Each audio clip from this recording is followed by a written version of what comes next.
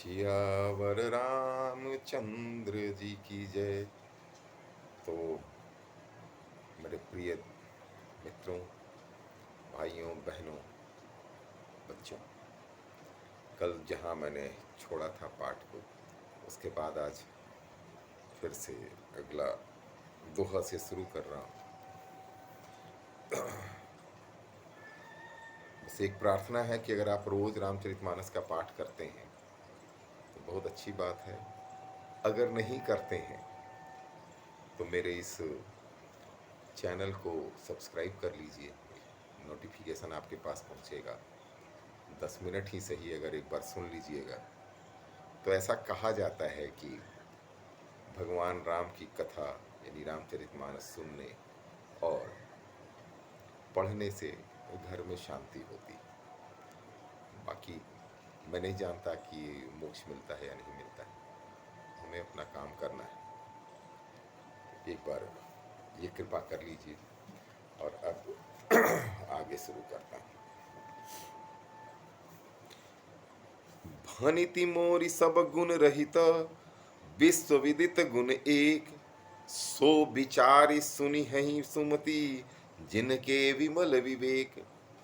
तुलसीदास जी यहाँ कह रहे हैं कि मेरी रचना सारे गुणों से रहित है।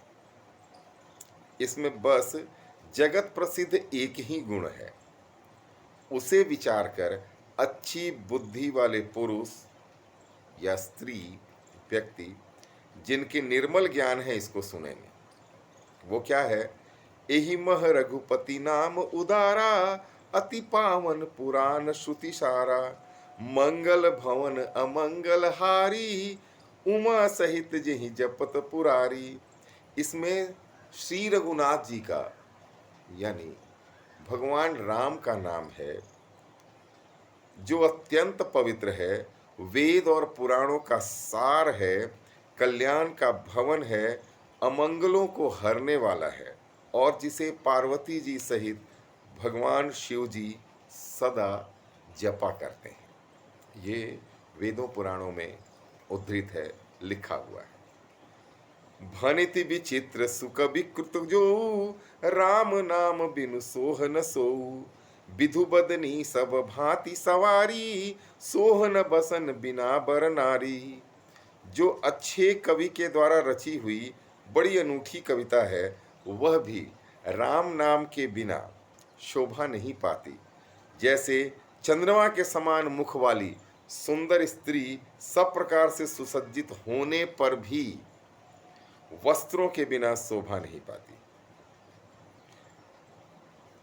सब गुण रहित कुक विकृत बानी, राम नाम जस अंकित जानी। सादर कहि सुनहि बुध न ताही, मधुकर सरिस संत गुण ग्राही।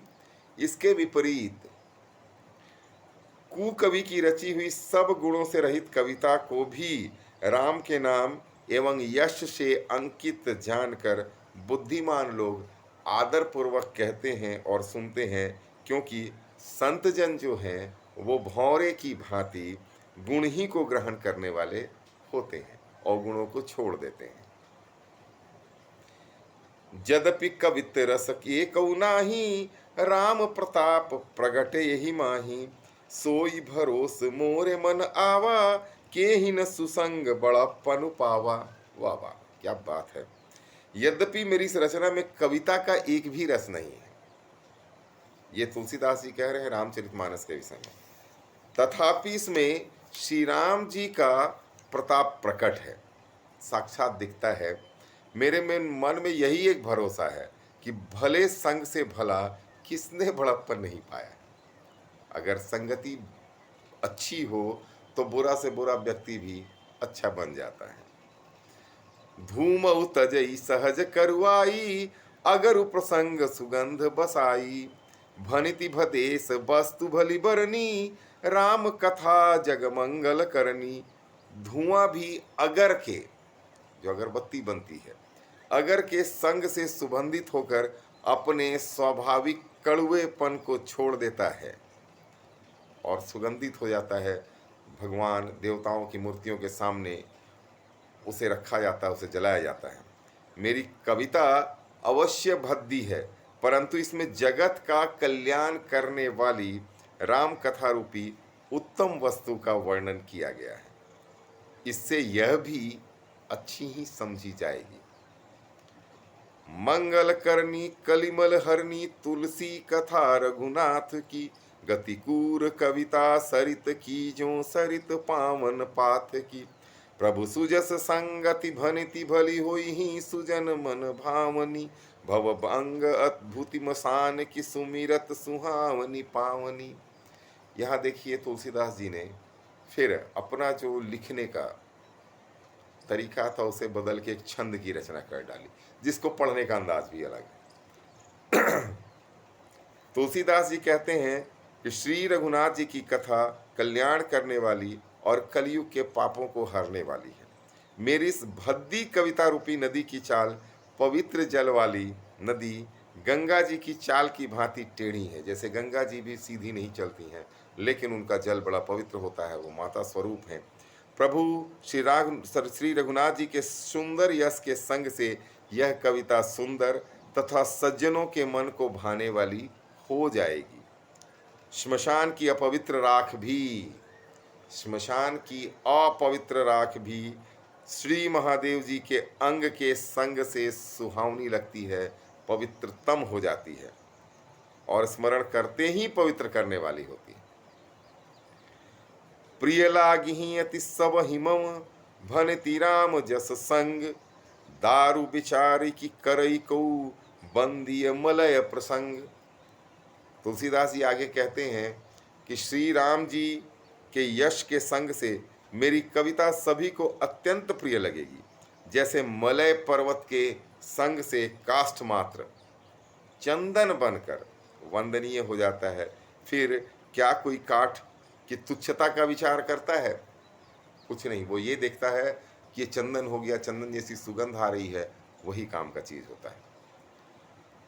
श्याम सुरभि पय विशद अति गुणद करहि सब पान, गिरा ग्राम्य सिय राम जस गावहि सुनहि सुजान।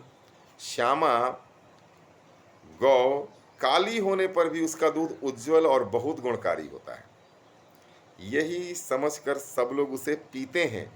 इसी तरह गंवारू भाषा में होने पर भी श्री सीता जी राम जी के यश को बुद्धिमान लोग बड़े चाव से गाते और सुनते हैं। गंवारू शब्द का प्रयोग तुलसीदास जी ने इसलिए किया है क्योंकि इस बात को लेकर के उनका बहुत विरोध हुआ था कि उस जमाने में लोग संस्कृत में ही लिखते थे, पद्य हो या गद्य हो। लेकिन इन्होंने जब अवधी यानी आम लोगों की बोलचाल की भाषा में लिखना शुरू किया तो इनका बहुत ही जबरदस्त उस जमाने के पंडितों ने किया था। इसी बात को ये लेके कह रहे हैं। मणि मानिक मुकुता छवि जैसी, अहिगरि गज सिर शोहन तैसी, नृप किरीट तरुणी तनु पाई, लहहि सकल शोभा अधिकाई। मणि माणिक और मोती की जैसी सुंदर छवि है, वह सांप पर्वत और हाथी के मस्तक पर वैसी शोभा नहीं पाती है जैसे राजा के मुकुट और नवयुवती स्त्री के शरीर को पाकर ही ये सब अधिक शोभा को प्राप्त होते हैं। तैसे ही सुकवि कवित बुध कहहीं, उपजहि अनत अनत छवि लहहीं। भगति हेतु विधि भवन बिहाई, सुमिरत सारद आवति धाई। इसी तरह बुद्धिमान लोगों का कहना है कि सुकवि की कविता भी उत्पन्न और कहीं होती है और शोभा अन्यत्र कहीं पाती है। अर्थात कवि की वाणी से उत्पन्न हुई कविता वहां शोभा पाती है जहां उसका विचार, प्रचार तथा उसमें कथित आदर्श का ग्रहण और अनुसरण होता है। कवि के स्मरण करते ही उसकी भक्ति के कारण सरस्वती जी ब्रह्मलोक को छोड़कर दौड़ी आती हैं, ऐसा पुराणों का कहना है। रामचरित सर बिनु अनवाए, सो श्रम जाई न कोटि उपाए। कवि को विद अस हृदय विचारी, गावहि हरि जस कलिमल हारी। सरस्वती जी की दौड़ी आने की वह थकावट रामचरित रूपी सरोवर में उन्हें नहलाए बिना दूसरे करोड़ों उपायों से भी दूर नहीं होती। कवि और पंडित अपने हृदय में ऐसा ही विचार करके कलयुग के पापों को हरने वाले श्री हरि श्री राम के यश का ही गान करते हैं। किन्हे प्राकृत जन गुण जागाना, सिर धुनि गिरा लगत पछिताना, हृदय सिंधु मति सीप समाना, स्वाति शारदा कहीं सुजाना। संसारी मनुष्यों का गुणगान करने से सरस्वती जी सिर धुनकर पछताने लगती हैं। कोई भी कवि या लेखक अगर सांसारिक किसी मनुष्य का गुणगान करता है तो सरस्वती जी क्या करती हैं, अपना सिर धुनने लगती हैं, पछताने लगती हैं। बुद्धिमान लोग हृदय को समुद्र, बुद्धि को सीप और सरस्वती जी को स्वाति नक्षत्र के समान कहते हैं। जौ बर सही बर बारी विचारू, हो ही कवित मुक्ताम निचारू।